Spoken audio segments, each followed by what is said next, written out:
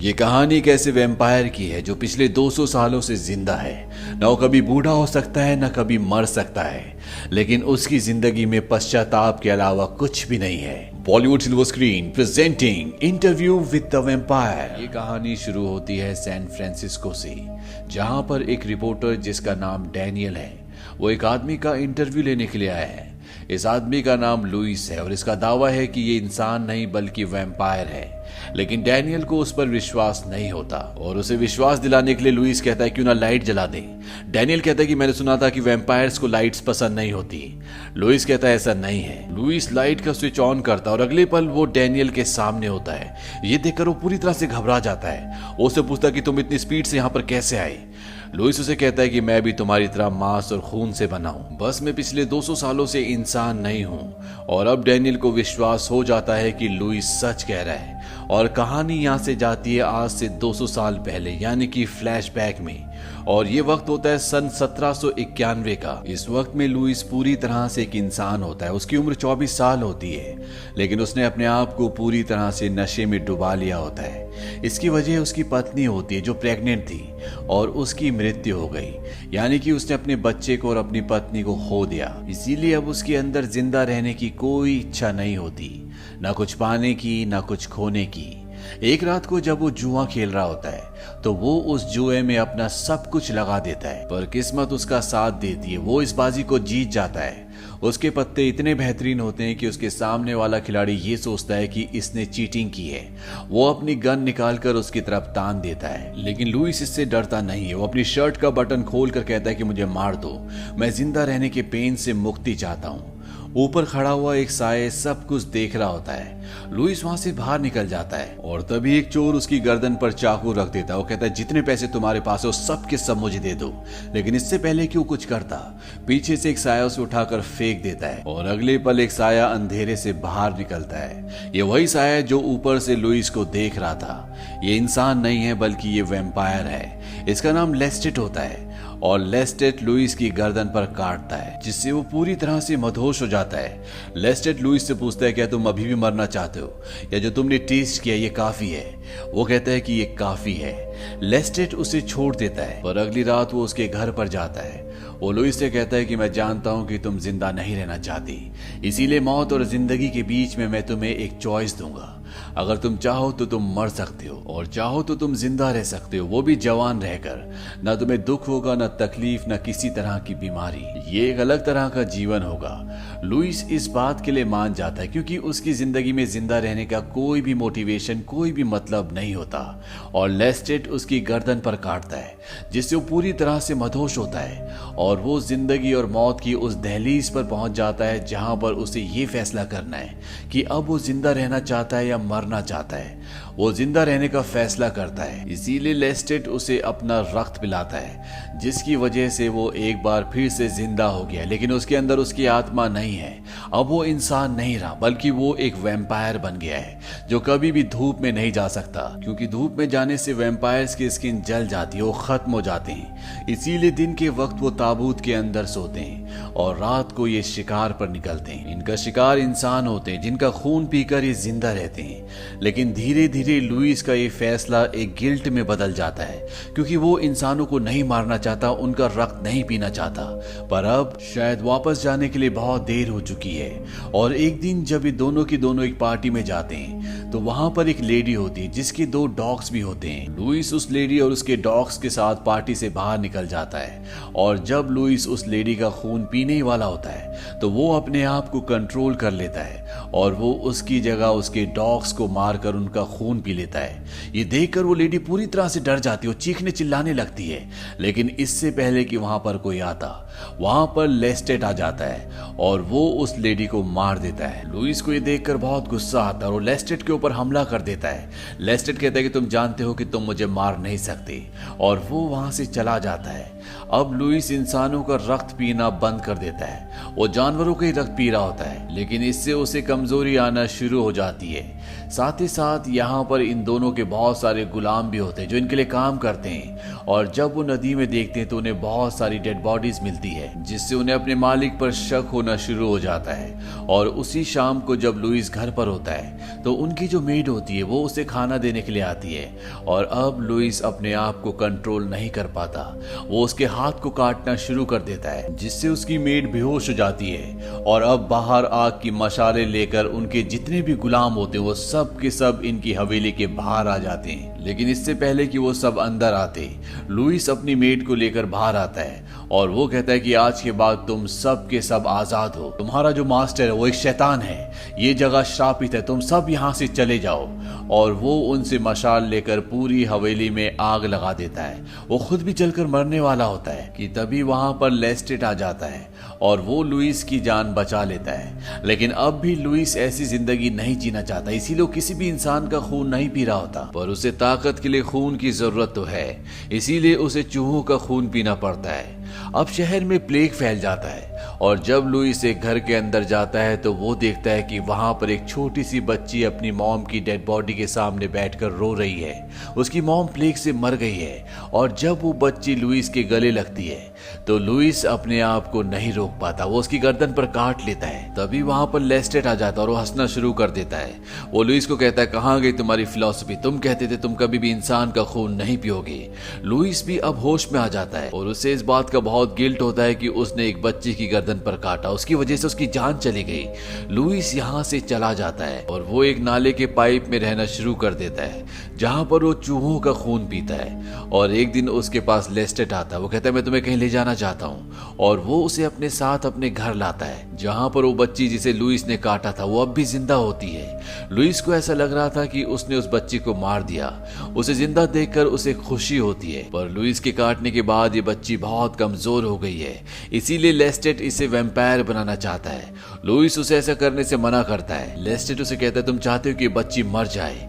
ये सुनने के बाद लुइस पीछे हट जाता है और लेस्टेट उस बच्ची को अपनी कलाई का खून पिलाकर उसे वैम्पायर बना देता है। लेस्टेट उस बच्ची से कहता है कि हम दोनों तुम्हारे पिता हैं। और अब लुइस भी इस बच्ची की वजह से यहाँ पर रुक जाता है और ये दोनों की दोनों इस बच्ची को एक पिता की तरह पालना शुरू कर देते हैं। दरअसल लेस्टेट ने इस बच्ची को वैम्पायर इसीलिए बनाया था ताकि लुइस उसी के साथ रुक जाए, क्योंकि वो चाहता है कि लुइस, वो और ये बच्ची एक परिवार की तरह रहे। धीरे धीरे वक्त बीतता है और ये बच्ची जिसका नाम क्लाउडिया है, ये इन दोनों के साथ रहना सीख जाती है। लुइस क्लाउडिया से एक पिता की तरह प्यार करता है, वो हमेशा उसी के ताबूत में सोती है। वहीं दूसरी तरफ लेस्टेट उससे खूंखार शिकारी बनाता है। ये दोनों मिलके कई लोगों का खून पीते हैं और इसी तरह से इनकी जिंदगी चलना शुरू हो जाती है। आज इन तीनों को एक साथ रहते हुए पूरे 30 साल हो चुके हैं, लेकिन क्लाउडिया अभी भी छोटी बच्ची की तरह है। और जब वो एक दिन एक लड़की को देखती तो वो कहती कि मैं भी ऐसा बनना चाहती हूँ, लेकिन उसे एहसास नहीं होता कि वो कभी भी अब बड़ी नहीं हो सकती। हालांकि वो दिमागी रूप से बढ़ चुकी है, पर उसका शरीर हमेशा एक बच्चे वाला ही रहेगा। और एक दिन वो फ्रस्ट्रेशन में आकर अपने बाल काट देती है, लेकिन कुछ ही देर बाद वो देखती है कि उसके बाल वापस आ गए। इस बात से वो फ्रस्ट्रेट हो जाती है और वो गुस्से में आके लेस्टेट को बोलते कि जो भी हमारे साथ हुआ है, जो भी हम बने हैं, इस सब की वजह तुम हो। और वो चाकू से उसके गाल पर वार करती है, लेकिन चंद ही पलों में उसके घाव भर जाते हैं। क्लाउडिया ये देखकर पूरी तरह से हैरान हो जाती है। वो उससे पूछती है कि तुमने कैसे किया। लेस्टेट कहता है कि मैं अपना सीक्रेट तुम्हें क्यों बताऊं। और इसके बाद वो उसकी गर्दन पकड़ता है और कहता है कि आज अगर तुम जिंदा हो तो इसकी वजह सिर्फ मैं हूं। क्लाउडिया वहां से नाराज होकर चली जाती है और लुइस उसके पास जाता है। वो उसे बताता है कि तुम कभी भी बड़ी नहीं हो सकती, तुम हमेशा इसी रूप में रहोगी। और वो क्लाउडिया को वो सच भी बताता है कि किस तरह से उसने उसकी गर्दन पर काटा था और जब वो जिंदगी और मौत के बीच में झूल रही थी तब लेस्टेट ने उसे अपना खून पिलाकर वैम्पायर बना दिया। इस बात से क्लाउडिया नाराज हो जाती है और वो लुइस को बोलती है कि मैं तुम दोनों से नफरत करती हूँ, और ये कहकर वो वहां से चली जाती है। लुइस इस बात से पूरी तरह से गिल्ट में भर जाता है। वो पूरी रात पैदल ही चलता रहता है। उसे इस बात का दुख होता है कि आज क्लाउडिया जो कुछ भी है इसकी वजह वो भी है। और सुबह होने से पहले जब वो घर आता है तो क्लाउडिया उसके पास आती है। वो कहती है कि मैं तुमसे कभी भी नफरत नहीं कर सकती। तुमने मुझे माँ का, पिता का, दोनों का प्यार दिया है। मैं हमेशा तुमसे प्यार करूंगी, लेकिन अब जाने का वक्त हो गया है। हमें लेस्टेट को छोड़कर जाना होगा। लुइस उसे कहता है कि वो हमें कभी भी जाने नहीं देगा। ये सुनने के बाद क्लाउडिया लेस्टेट के पास जाती है, जो कि पियानो बजा रहा होता है, और वो कहती है कि हम जैसे पहले थे। मैं चाहती हूँ कि दोबारा हम वैसे रहें। हमारे बीच में कोई भी गिला शिकवा नहीं होना चाहिए। और वो उससे कहती कि मैं तुम्हारे लिए एक प्रेजेंट लेकर आई हूँ। क्लाउडिया उसे दूसरे कमरे में ले जाती है, जहाँ पर दो जुड़वा बच्चे होते हैं, और वो उसे कहती है कि दोनों के दोनों बहुत ज्यादा ड्रंक है, इसीलिए बेहोश है। तुम इनका रक्त पी सकते हो। उन बच्चों को देखकर वो बहुत खुश होता है और क्लाउडिया से कहता है कि हम दोनों एक दूसरे को माफ करते हैं। और इसके बाद वो उन दोनों में से एक का रक्त पी लेता है, और इस रक्त को पीने के बाद उसे कमजोरी होना शुरू हो जाती है, क्योंकि क्लाउडिया ने उसे झूठ कहा था। ये बच्चे बेहोश नहीं होते, बल्कि ये मर चुके होते हैं, और वैम्पायर किसी भी मरे हुए इंसान का रक्त नहीं पी सकते। इससे उनके शरीर में कमजोरी आती है। दरअसल लेस्टेट को ये बात इसलिए पता नहीं चली क्योंकि जिस दवा से क्लाउडिया ने इन दोनों को मारा होता है, उससे मरने के बाद भी शरीर गर्म रहता है, और इसी वजह से लेस्टेट को नहीं पता चला कि ये दोनों बच्चे जिंदा नहीं है, क्योंकि उनका रक्त अभी भी गर्म था। अब जबकि लेस्टेट कमजोर हो चुका है, तो क्लाउडिया इस मौके का फायदा उठाकर उसकी गर्दन पर वार करती है, जिससे उसकी मृत्यु हो जाती है। क्लाउडिया लुइस से कहती है कि हमें इसकी बॉडी को ठिकाने लगाना होगा, और ये दोनों की दोनों उसकी बॉडी एक झील के पास ले जाते हैं। इस झील में मगरमच्छ भी होते हैं, और जब वो लेस्टेट की बॉडी को पानी के अंदर डाल देते हैं, तो मगरमच्छ उसकी बॉडी को खींचकर पानी के नीचे ले जाता है, और इस तरह से लेस्टेट का खात्मा हो जाता है। अब लुइस और क्लाउडिया प्लान करते हैं कि ये दोनों के दोनों यूरोप जाकर दूसरे वैम्पायर्स को ढूंढेंगे, और जिस रात को ये निकलने वाले होते हैं उसी रात को वहां पर लेस्टेस आ जाता है। दरअसल वो अब भी जिंदा होता है, लेकिन वो बहुत कमजोर हो चुका है। वो इन्हें बताता है कि जिस झील में तुमने मुझे डाला था, वहां पर जो मगरमच्छ मुझे मारने के लिए आया था, उसी का खून पीकर मैं सरवाइव कर पाया। और अब वो क्लाउडिया को मारना चाहता है, क्योंकि उसने उसकी जान लेने की कोशिश की थी, लेकिन इससे पहले कि वो क्लाउडिया तक पहुंचता, लुइस उस पर जलता हुआ लैंप फेंकता है, जिससे उस पर आग लग जाती है, और साथ ही साथ यहाँ पर पूरा घर जलना शुरू हो जाता है। लुइस और क्लाउडिया वहां से भाग जाते हैं, और इससे पहले कि उनका पानी का शिप जिससे ये यूरोप जा रहे हैं वो यहाँ से निकल जाता है, ये दोनों शिप तक पहुंच जाते हैं, और अब ये दोनों के दोनों शिप पर बैठकर यूरोप के लिए निकल चुके हैं। यूरोप में दरअसल ये अपनी जैसे और भी वैम्पायर्स को ढूंढना चाहते हैं, ताकि लुइस के मन में जो सवाल है उनके जवाब मिल सके, लेकिन इन्हें कोई भी वैम्पायर नहीं मिलता। और ये दोनों के दोनों सन 1870 में पेरिस में सेटल हो जाते हैं। इनकी जिंदगी अब आराम से चलना शुरू हो जाती है, लेकिन एक रात को लुइस को एक वैम्पायर दिखता है जिसका नाम सैंटियागो होता है, और यहीं पर वो एक और वैम्पायर से मिलता है जिसका नाम आर्मेंड है।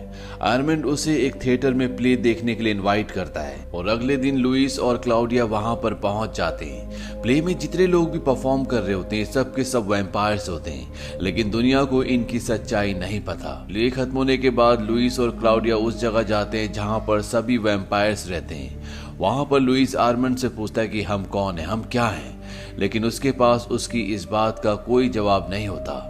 आर्मेंड कहता है कि मैं पिछले 400 सालों से जिंदा हूँ, और मैं इस धरती का सबसे पुराना वैम्पायर हूँ, पर ना मैंने कभी ईश्वर का और ना ही शैतान का कोई भी विजन देखा है। मुझे इस बारे में कुछ भी नहीं पता कि हमारी आत्मा एक अभिशाप है या वरदान। अब क्लाउडिया कहती कि हमें यहाँ से जाना चाहिए, मुझे भूख लग रही है, और लुइस और क्लाउडिया यहाँ से जाने लगते हैं। लुइस के दिमाग में थॉट्स आना शुरू हो जाते हैं कि उसने लेस्टेट के बारे में जो भी सोचा था वो सब गलत था। दरअसल वो सब बातें लेस्टेट से भी पूछता था, पर वो उसकी बातों का जवाब नहीं देता था, क्योंकि उसके पास कोई भी जवाब नहीं था। और जब वो ये सब कुछ लेस्टेट के बारे में सोच रहा होता है, तभी यहाँ पर वो वैम्पायर जो उसे सबसे पहले मिला था, जिसका नाम सैंटियागो है, वो उसके थॉट्स पढ़ लेता है, क्योंकि उसके पास थॉट्स पढ़ने की पावर होती है। और उसे शक हो जाता है कि लुइस ने और क्लाउडिया ने, इन दोनों ने मिलकर लेस्टेट को मारा है। पर फिलहाल ये दोनों यहाँ से निकल जाते हैं। घर पर आने के बाद क्लाउडिया लुइस को बोलती है कि आर्मंड तुम्हें पसंद करता है, वो तुम्हारा साथ चाहता है, और उसकी आत्मा ने बिना एक शब्द कहे मुझसे कहा कि मुझे तुम्हें जाने जाने देना होगा। वो सही था, मुझे तुम्हें जाने देना होगा। लुइस क्लाउडिया से कहता है तुम चिंता मत करो, सब कुछ ठीक हो जाएगा। दरअसल लुइस होता तो एक वैम्पायर है, लेकिन आज भी उसके अंदर जो फीलिंग्स होती, जो इमोशंस होते हैं, वो इंसानों की तरह होते हैं। वो किसी को मरते हुए नहीं देखना चाहता, वो किसी को मारना नहीं चाहता। अब लुइस एक बार फिर से आर्मंड से मिलने के लिए जाता है और वो उससे पूछता है कि क्लाउडिया की जिंदगी खतरे में है। आर्मंड उससे कहते हैं कि हाँ। लुइस उससे कारण पूछता है। आर्मंड उसे बताता है कि सबसे बड़ी उसकी खामोशी, दूसरी बात यह है कि इस उम्र की लड़कियों को वैम्पायर बनाना मना है, और तीसरा ये कि जिसने तुम दोनों को बनाया, तुम दोनों ने उसे मार दिया। लुइस कहता है कि हम यहाँ पर किसी से भी लड़ना नहीं चाहते। आर्मंड उसे बताता है कि लड़ाई शुरू हो चुकी है, तुम्हें किसी भी कीमत पर उसे यहाँ से दूर भेजना होगा। लुइस कहता है अगर वो दूर जाएगी तो मैं भी उसके साथ जाऊंगा। और इसके बाद वो वापस घर आ जाता है और वो देखता है कि क्लाउडिया के साथ एक औरत भी होती है जिसकी गर्दन पर क्लाउडिया ने काटा होता है, और क्लाउडिया अब चाहती है कि लुइस उसे भी वैम्पायर बना दे, पर लुइस ऐसा करने से मना कर देता है। वो कहता है तुम्हें इसका मतलब पता भी है, क्लाउडिया उसे खुद वैम्पायर नहीं बना सकती क्योंकि उसके अंदर इतनी ताकत नहीं है। इसीलिए वो लुइस को फोर्स करती है और मजबूरी में आके लुइस को उसे वैम्पायर बनाना पड़ता है ताकि ये दोनों हमेशा साथ रह सके और वो क्लाउडिया की जिम्मेदारियों से आजाद हो जाए। लुइस खुद भी आर्मंड के साथ रहना चाहता है क्योंकि वो वैम्पायर्स के बारे में गहराई से जानना चाहता है, जिस बारे में उसकी आर्मंड के अलावा कोई मदद नहीं कर सकता। और आर्मंड भी लुइस को बहुत पसंद करता है। अब लुइस उस लेडी को जिसे वो अपने साथ लाई है क्लाउडिया के कहने पर वैम्पायर बना देता है। दरअसल ये लेडी खुद भी वैम्पायर बनना चाहती है और इसके तुरंत बाद यहाँ पर बहुत सारे वैम्पायर्स आते हैं और इन तीनों को पकड़ कर ले जाते हैं, जहाँ पर लुइस को लेस्ट्रेट के मर्डर के लिए एक ताबूत के अंदर बंद करके दीवार के अंदर चिनवा दिया जाता है ताकि वो कई 100 सालों तक वहीं पर रहे, और साथ ही साथ क्लाउडिया को और उसकी नई गार्डियन को मौत के कुएं में छोड़ दिया जाता है। ये वो कुआं है जहां पर सूरज की रोशनी आती है और वैम्पायर सूरज की रोशनी को बर्दाश्त नहीं कर सकते। इसीलिए अगली सुबह जब इस कुएं के अंदर सूरज की रोशनी आती है तो वो इन दोनों को पूरी तरह से जला देती है। वहीं दूसरी तरफ आर्मंड लुइस को ढूंढकर दीवार से यानी कि ताबूत से बाहर निकाल देता है, और जब लुइस उस मौत के कुएं में जाता है तो वो देखता है कि क्लाउडिया जो कि उसकी बेटी है, जिससे वो इस दुनिया में सबसे ज्यादा प्यार करता है, और वो नई वैम्पायर जिसे उसने अभी अभी बनाया था, वो दोनों के दोनों जलकर राख हो गए। इस बात से उसे बहुत दुख होता है। उसकी आंखों में बदले की भावना उतर आती है और वो उस जगह जाता है जहां पर सभी वैम्पायर्स अपने ताबूतों के अंदर सो रहे होते हैं, और वो उन सबको आग लगा देता है। और जब वो उन सबको मारकर बाहर निकल रहा होता है तभी सूरज की रोशनी आना शुरू हो जाती है, और इससे पहले कि वो लुइस को जलाती वहां पर आर्मंड आ जाता है और वो उसे अपनी बग्गी में बैठा कर ले जाता है। अब आर्मंड चाहता है कि लुइस और वो हमेशा साथ रहे, पर लुइस उसके साथ रहने से मना कर देता है। लुइस कहता है कि मुझे पता है अगर तुम चाहते तो क्लाउडिया को बचा सकते थे, पर तुमने उसे मरने दिया क्योंकि तुम जानते थे कि जब तक क्लाउडिया जिंदा है तब तक तुम मुझे नहीं पा सकते। लुइस उसे वहीं पर छोड़कर चला जाता है। धीरे धीरे वक्त बीतता है और सन 1988 आता है। लुइस आज भी क्लाउडिया की मौत से उभर नहीं पाया। आज भी उसके दिल में पश्चाताप है और वो वापस उसी शहर में आ जाता है जहां पर वो, क्लाउडिया और लेस्टेट रहते थे। और जब वो उस घर में जाता है तो वो देखता है कि लेस्टेट आज भी वहां पर होता है। उसकी हालत बहुत खराब हो चुकी है, वो पहले से बहुत कमजोर हो चुका है। वहां पर वो चूहों का रक्त पीकर अपने आप को जिंदा रखता है। लेस्टेट उससे डरता है क्योंकि वो आज भी पहले की तरह है, वो उससे ज्यादा ताकतवर है। लुइस उसे कहता है कि तुम्हें डरने की जरूरत नहीं है। लेस्टेट को भी इस बात का पश्चाताप होता है कि उसने क्लाउडिया को वैम्पायर बनाया। वो लुइस से कहता है कि तुम एक बार फिर से मेरे साथ रहना शुरू कर दो, पर लुइस उसे मना करके वहां से निकल जाता है। इसके बाद लुइस ने लेस्टेट को कभी नहीं देखा और अब कहानी फ्लैशबैक से प्रेजेंट में आती है, जहां पर लुइस डैनियल नाम की रिपोर्टर को ये पूरी कहानी सुना रहा होता है। वो कहता है कि इस कहानी के साथ तुम कुछ भी कर सकते हो, तुम दूसरों को इसे सुना सकते हो, तुम इससे जो चाहे वो सीख सकते हो। दरअसल उसके कहने का मतलब ये होता है कि लंबी जिंदगी एक वरदान नहीं बल्कि एक अभिशाप है। पर अब डैनियल भी वैम्पायर बनना चाहता है, उसे भी ताकत चाहिए, वो भी सदियों तक जीना चाहता है। और लुइस उसे वैम्पायर बनाने से मना कर देता है। वो उसकी गर्दन पकड़कर उसे हवा में उठा देता है और इसके बाद लुइस यहाँ से चला जाता है। डैनियल इस बात से डर जाता है और वो अपनी गाड़ी से यहाँ से निकल जाता है। और जब वो ड्राइव करके अपने घर जा रहा होता है तभी वो देखता है कि उसकी गाड़ी में कोई बैठा है। और ये और कोई नहीं बल्कि लेस्टेट होता है, जिसकी हालत अब पहले से सुधर चुकी है। और जब वो डैनियल का रक्त पीता है तो उसकी हालत पहले से और भी अच्छी हो जाती है। वो डैनियल से कहता है कि मैं तुम्हें एक चॉइस दूंगा जो आज से पहले मैंने कभी किसी को नहीं दी। पर यही बात लेस्टेट ने आज से कई 100 साल पहले लुइस से भी कही थी, यानी कि अब डैनियल के पास चॉइस है, या तो मर जाए या फिर वैम्पायर बन जाए। पर डैनियल उसकी बात का कोई जवाब नहीं देता और वो हंसता हुआ गाड़ी चलाता हुआ आगे निकल जाता है। और इसी के साथ ये कहानी यहीं पर खत्म हो जाती है। ये फिल्म सन 1994 में रिलीज हुई थी। IMDb पर इसकी रेटिंग है 7.5। इस फिल्म का बजट था $60 मिलियन और बॉक्स ऑफिस पर इसने कमाई की थी $224 मिलियन की।